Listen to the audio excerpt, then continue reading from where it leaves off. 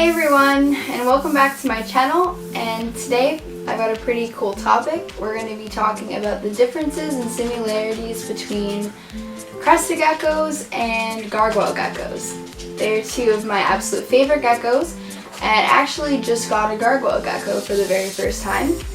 So I thought I would share some of the differences, similarities that I've learned, and kind of talk about them in terms of care and that sort of thing. So yeah, let's jump right into it. So first up here, we have a Gargoyle Gecko.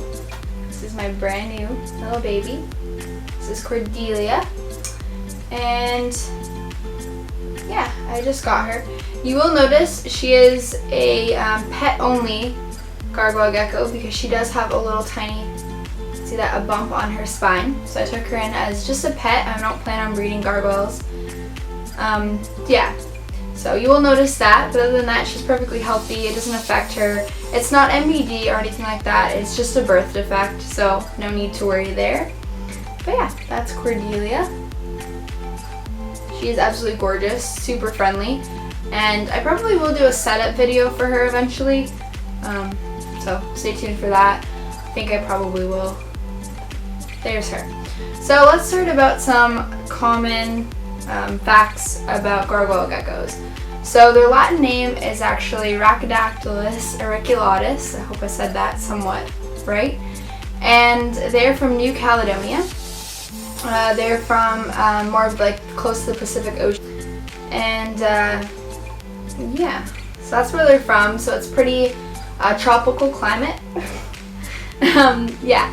It's pretty tropical climate. They are semi-arboreal geckos, which means they do like height, but they also will go down a little bit further, closer to the ground, and they'll hide in shrubs and things like that, and catch their food and sleep.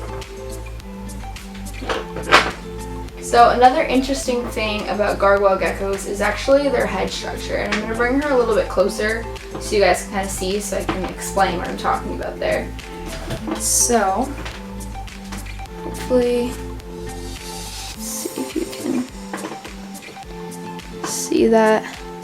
It's going to be a little bit hard to see because I don't have great lighting in my reptile room, but I'll try to get a close-up.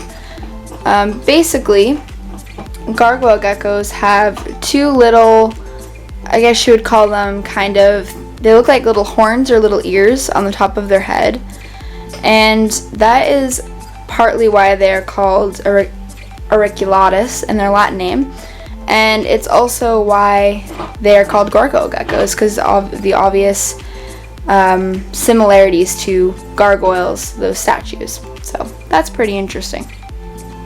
Another interesting thing about Gargoyle geckos is they actually can drop their tail due to stress or when they feel threatened, but they will grow their tail back, which is kind of interesting. The only thing is that their tail will not look the same as it does originally. So you can see here, kind of follows the pattern of her body. She's got that stripe. When they regrow their tail, it will look different. So another interesting thing about gargoyles is that they tend to like to live alone. They can be aggressive towards cage mates, which is why most people recommend having solitary animals, keeping females together, and some people also have success in breeding groups of 1.3, which is 1 male to 3 females, but most of them will lose their tail, and that's just kind of due to stress and being in a little bit of close quarters. Gargoyle geckos are polymorphic, which means that in nature and in the wild, they do come in different color forms, so there isn't a set wild type Gargoyle gecko. There's more bland looking gargoyles or more basic patterned, but there's not set a wild type like with corn snakes or ball pythons. They do have naturally occurring colors. Gargoyle geckos prefer temperatures between about 74 and 84 degrees. They like it a little bit hotter than Crested geckos. They can withstand it a little bit hotter. I keep my reptile room right around 80 degrees, and that seems to do perfect for this little one. Most houses are room temperature at around between those temperatures, so most of the time additional heat is not needed. UVB can be used but is not required. Gargoyle geckos prefer a diet of insects, and then they're also going to eat one of the pre-made diets you can buy at the store that you just mix with water. I personally use Repashy. Some people use Pangea. I use the Repashy, either the Crested Gecko Mango or the Bugs and Fruit. And that one does really well for these guys. And then I offer crickets about once a week either, or sometimes once every 2 weeks, depending on when I'm getting crickets for my other animals that need more of a cricket diet. And yeah, they eat those as well. So it is heard that they will eat worms and things. Not all of them will. Some gargoyle geckos do prefer just to have the Crested Gecko diet, and some will eat insects. It's really kind of variable, but in the wild they are omnivores. Okay, so next up is Crested Geckos, and this really bouncy lady, this is Olive. She is one of my breeder female Crested Geckos, and actually is my first ever Crested Gecko. So she's pretty plain looking, but I love her. I kind of named her Olive because she kind of has that plain olive color. Yeah, so she was my first Crested Gecko, and she did produce, well, there we go, get her back, produce my first Crested Gecko babies, so yeah, that's her. She's definitely not as hand tame as Cordelia, the Gargoyle Gecko, but she's still pretty good. Anyway, let's get on to some facts. So Crested Geckos were originally Rhacodactylus ciliatus, and they are more recently recategorized as Coriolis ciliatus. I probably said that way off, but yes, they were reclassified as Coriolis ciliatus, and yeah, they're a New Caledonian gecko, just like the Gargoyle geckos. They're found in southern Grande Terre, New Caledonia, and this little surrounding island called Isle of the Pines they're also found on. Crested geckos, like gargoyle geckos, are going to be semi-arboreal, so they do need a higher terrarium versus a lower terrarium. And they will go to the ground in search of food, and they will shelter and cover, as well as to sleep. Occasionally, not all of them do. Some of them will sleep up in the trees.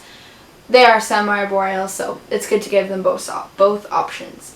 Crested geckos like it a little bit cooler than gargoyle geckos. They tend to prefer it at about 70 to 78 degrees, while gargoyles can go a little bit hotter, as I stated.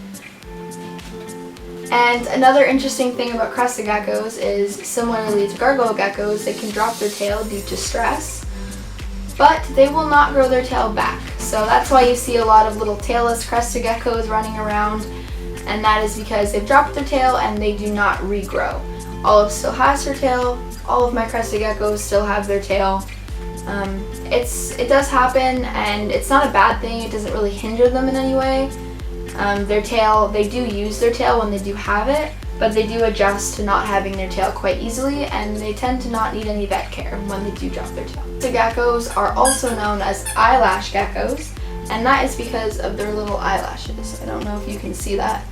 Try to get a pretty good shot of her eyelashes.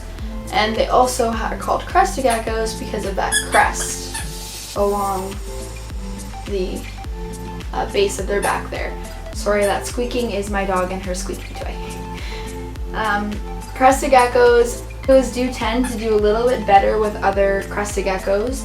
It is still recommended that they are kept alone, but two females do tend to do okay, but an extra cage should always be available just in case they were to start fighting. It is always possible, and with more crested geckos, you're going to need more space for them, obviously. So keep that in mind as well. And if you're breeding, it's good to do one male to at least 2 to 3 females for these guys. Because if you do 1 to 1, if you do 1 male to 1 female, the male will just breed the female repeatedly, which can become tiresome for the female. So it's better to have multiple females in a tank so that they get a break. Right, Olive? We like breaks. God. Breaks are good. So for both crested geckos and gargoyle geckos, humidity is important. The humidity should be between about 50 and 70, and then obviously it's going to get higher when you spray and mist the cage. You're going to want to mist them once in the morning, once at night, and depending if the humidity is a little bit lower, you can maybe spray it in the middle there as well. Yeah, so these guys are awesome. And then depending on if you have a baby or an adult is depending on how many times you're going to feed them.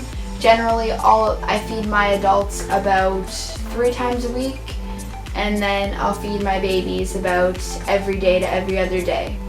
So it's kind of a toss-up. I know a lot of people will say, which is better, which should I get? They're really, really, really similar in care, almost identical. Both species will do really, really well as an individual at the minimum tank size of a 12 by 12 by 18, which is one of these behind me. These have my boas in them, but that's the size tank you want minimally. A lot of people will recommend you go bigger to 18 by 18 by 18 or even an 18 by 18 by 24. And yeah, those are good as well. Bigger is always better. And yeah, they're pretty low maintenance animals. There's not a ton you have to do. Misting twice a day, feeding them a few times a week, and then you're going to want to clean out the cage. But that's really going to depend on how you set it up. So you can go with a natural setup with plants and things like that, so something like the tanks behind me here, or you can go with more of a simple sterile setup with, you know, paper towel and just, you know, plastic plants. It's really up to you.